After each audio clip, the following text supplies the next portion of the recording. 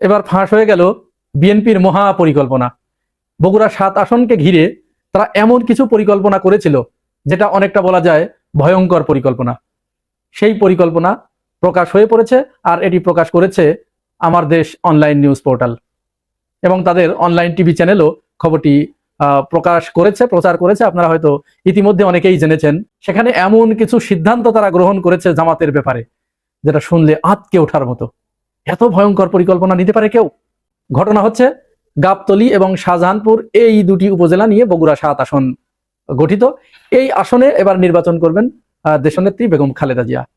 তিনি যে 3টি আসনে নির্বাচন করবেন তার ভিতর ওইটা একটা।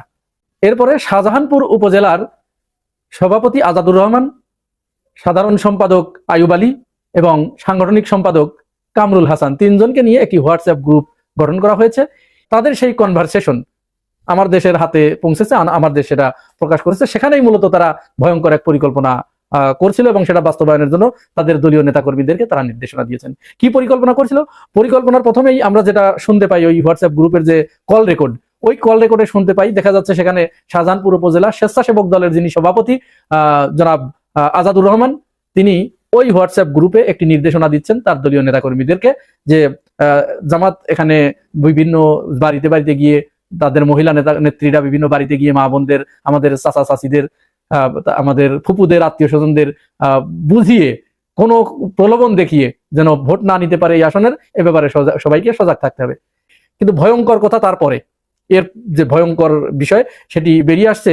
এর সাংগঠনিক সম্পাদক যিনি কামরুল হাসান, কামরুল হাসানের একটা কল সেখানে পাওয়া গেছে। কামরুল হাসান তখন সভাপতিকে বলছে যে ভাই, আসলে এখানে তো ইউনিয়ন জামাতের যিনি রোকন তার বাড়ি আমাদের গ্রামে, আবার এই ইউনিয়নের যিনি জামাতের আমির তার বাড়িও আমাদের গ্রামে, সুতরাং এখানে তো ভাই ওইটা করা যাবে না, এইভাবে বন্ধ করা যাবে না। আর আমরা তো দেখেছি তারা বিভিন্ন জায়গায় যায়, মহিলারা বিভিন্ন বাড়িতে বাড়িতে যায়, সেখানে কিন্তু তারা আসলে তেমন আজে বাজে কিছু বলে না, বরং তারা সেখানে একটু দোয়া কালমা পড়ে, কোরআন হাদিস পড়ে, কিছু কোরআন হাদিসের কথা বলে, দরুদ শরীফ পড়ে, মিলাদ পাঠ করে, এরপরে হাত তুলে দোয়া করে মহিলাদের নিয়ে।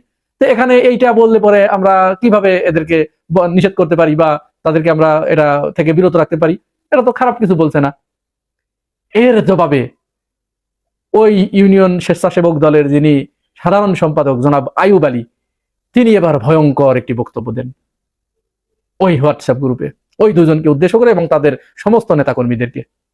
তিনি বলেন যে না, জামাতের নেতাকর্মীরা এই আসনে যেখানে তারা দাঁড়িপাল্লায় ভোট চাবে তাদেরকে দেখা মাত্র পেটানো হবে, পিটিয়ে তাদেরকে একেবারে, তার ভাষায় আর কি, তিনি যেরকম বলেন সেইভাবে ওই এলাকার ভাষায় তিনি বলেছেন। এক কথায় মূল কথা যে তারা প্রচারণা চালাতেই পারবে না, প্রচারণা চালাতে আসলে তাদেরকে দেখা মাত্র পিটানো হবে। কি ভয়ঙ্কর কথা আপনারা চিন্তা করতে পেরেছেন? এর আগে এই একই উপজেলায় অর্থাৎ শাহজাহানপুর উপজেলার আরিয়া ইউনিয়নের বিএনপির যিনি সভাপতি জনাব বাদশা আলম, তিনি একটি বক্তব্য দিয়েছিলেন একটি প্রচারণা সভায় গিয়ে। তিনি তার দলীয় নেতাকর্মীদেরকে নির্দেশ দিলেন যে আমরা চাই এই আসনে জামাত সব জায়গায় তারা প্রচারণা চালাক, কিন্তু এই বগুড়া 7 আসনে তারা কোনো ধরনের প্রচারণা চালাতে পারবে না। কারণ কি?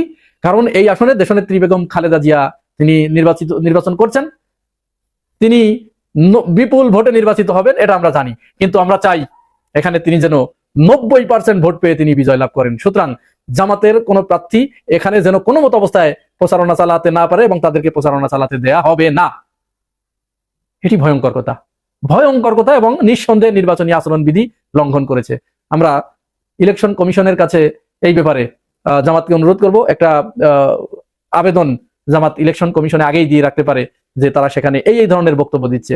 আমি জানি না জামাত ইসলাম এই কাজগুলো করবে কিনা, আর জামাত ভাবছে হয়তো তাদের জনপ্রিয়তা অনেক বেড়ে গেছে, কিন্তু ভাই ক্ষমতা কিন্তু অন্য দিক দিয়ে চলে যাবে। কোন দিক দিয়ে ক্ষমতা চলে যাবে আপনারা বুঝতেই পারছেন না। আপনারা হয়তো ভাবছেন যে ভোট ভোট ভোট, এই ভোটের মাধ্যমে হয়তো ক্ষমতা আসবে বা কেউ রাষ্ট্র পরিচালনার দায়িত্ব পাবে।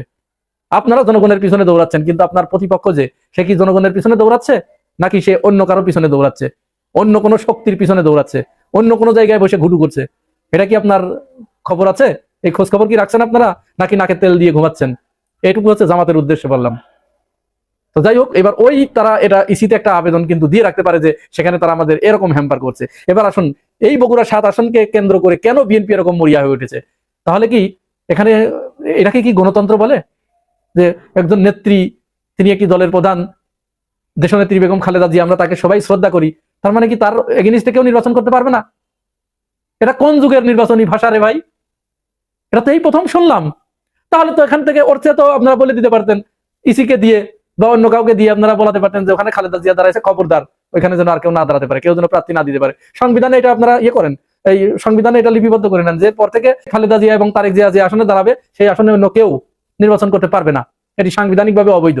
এই আমার তো মনে হয় এই রুল তারা সংবিধানের ভিতরে ঢুকাবে, ইনক্লুড করবে তারা ক্ষমতায় আসলে।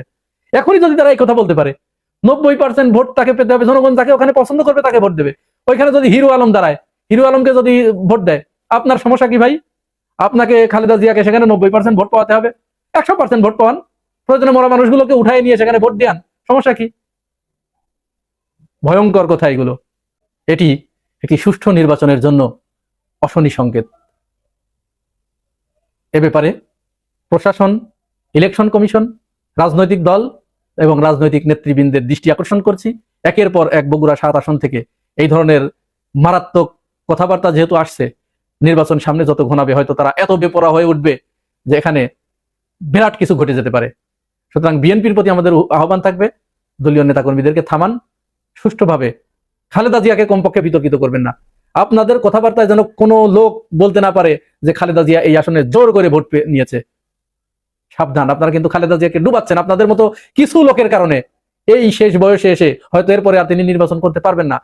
তার জনপ্রিয়তা আপনারা যাচাই করতে দিন, তার কপালে যেন এই তকমা না লাগে যে তিনি জীবনের শেষ বয়সে যে নির্বাচনটি করেছেন তার প্রতিপক্ষকে নির্বাচন করতে দেন নাই, জোর করে তিনি সেখানে ভোট পেয়ে 90% ভোট পেয়েছে। এই কথা কিন্তু আপনাদের মাথায় রাখা দরকার।